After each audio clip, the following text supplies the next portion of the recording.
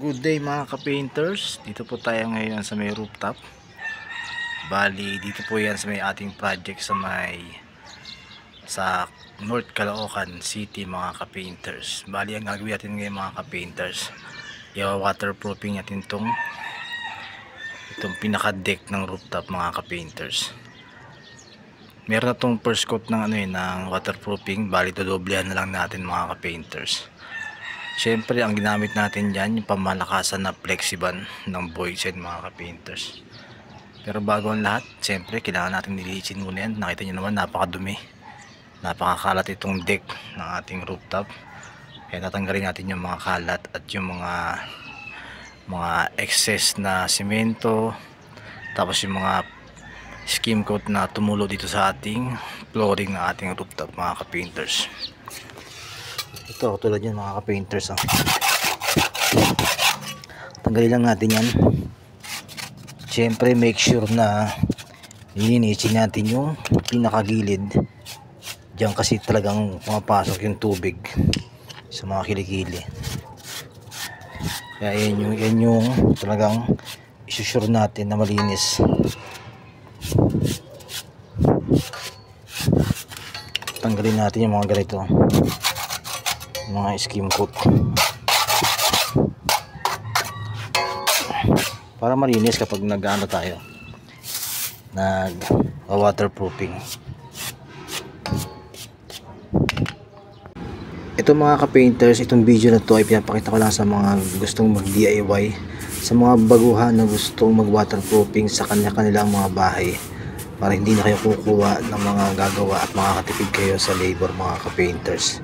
At hindi ito para sa mga veterano na veterano kuno, nagmamarunong, na sabi nila napakadali lang ito at easy lang gawin. O sa inyo easy lang to, pero ang video nito, ang purpose nito mga ka-painters ay para ipakita ko sa mga gustong matuto at gustong mag DIY kung paano mag waterproofing sa kanilang mga rooftop, para makakatipid sila sa gastos sa labor mga.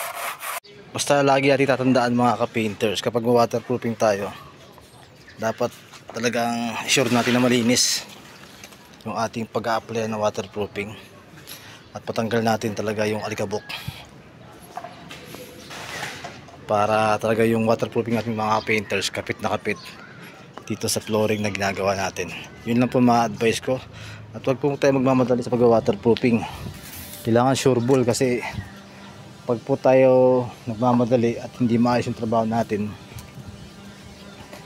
tayo rin maapektuhan at sayang yung materyales na ginamit natin mga ka-painters. Dapat sureball lagi sa ating mga trabaho. Ito po mga ka-painters, malinis na po yung ating flooring. Yan, makikita nyo naman po, tanggal ko na po dyan yung mga excess na semento, tapos yung mga skim coat na nanigas na po dyan. Bali, nakikita nyo po puti-puti, pintura po yan mga ka-painters. Ito po mga ka-painters, nga gamitin natin itong Boysen Flexiban. Meron po ako dito isang balding Boysen Flexiban, pero nga haluin ko po mga ka-painters, kalahating baldi lang po. Tama-tama na po yan doon sa ating deck na lalagyan ng waterproofing. Ito na po mga ka-painters, nabuksan po natin yung ating Boysen Flexiban. Sasalin lang po tayo sa kabilang balde, para kalahating balde lang po yung haluin natin mga ka-painters.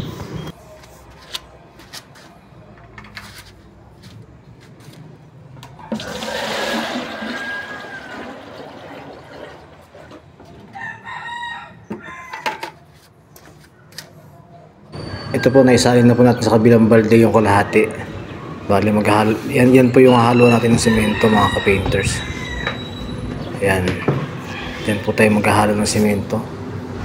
Ang gagamitin po natin itong advanced na Portland cement. Ito po yung halo sa ating waterproofing mga ka-painters.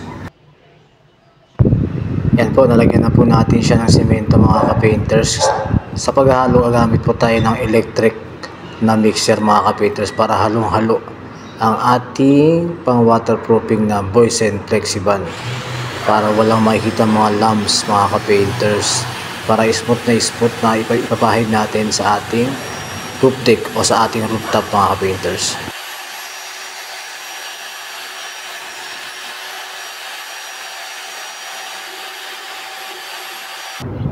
Yan po, okay na po yan mga ka-painters. Okay na po yung mixture niyan. Sakto-sakto po yan doon sa ilalagay natin na pang waterproof. Ito na mga ka-painters, dito tayo sa may rooftop.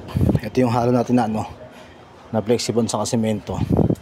Mga ka-painters, paliwanag ko lang Ang hinalo ko semento rito mga ka-painters, 12 kilos na semento yung hinalo ko rito. Kasi sa isang galon na flexiban, ang hinahalo po dyan 6 or 6.5 kilos. Akin po, ang ginawa ko lang 6 na kilo kada isang galon.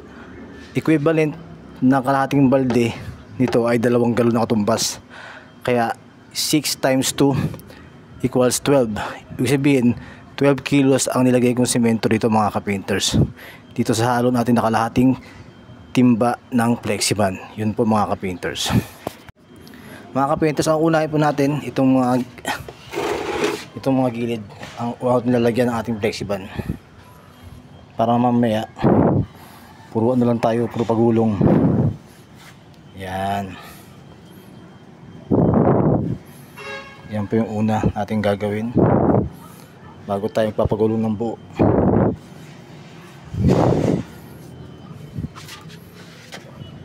Yan mga ka-painters, yan yung kulay niya. Tapos pag natuyo yan mga ka-painters, medyo dark black po yan natutuyo na siya.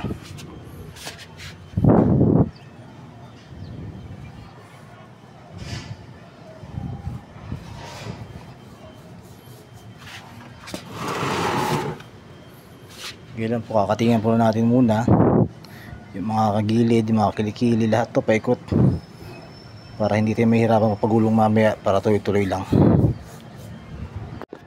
Ito po mga ka-painters, natapos na natin siyang katingan. Yan, paikot po yan, meron na. Yan po. Ganyan po yung kulay niya mga painters kapag natuyo. Pag ganyan po yung kulay ng waterproofing yung mga ka-painters, garantisado yan. Talagang matibay na matibay yan mga ka-painters. Yan mga kulay itim na yan.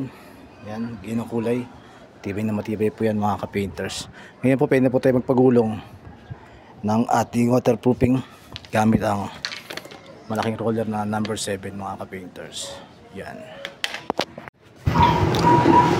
Ganito lang po yung tamang pagpapagulong ng ating boys and flexiban. Ganyan lang. Para ka lang po nagpipintura. Yan.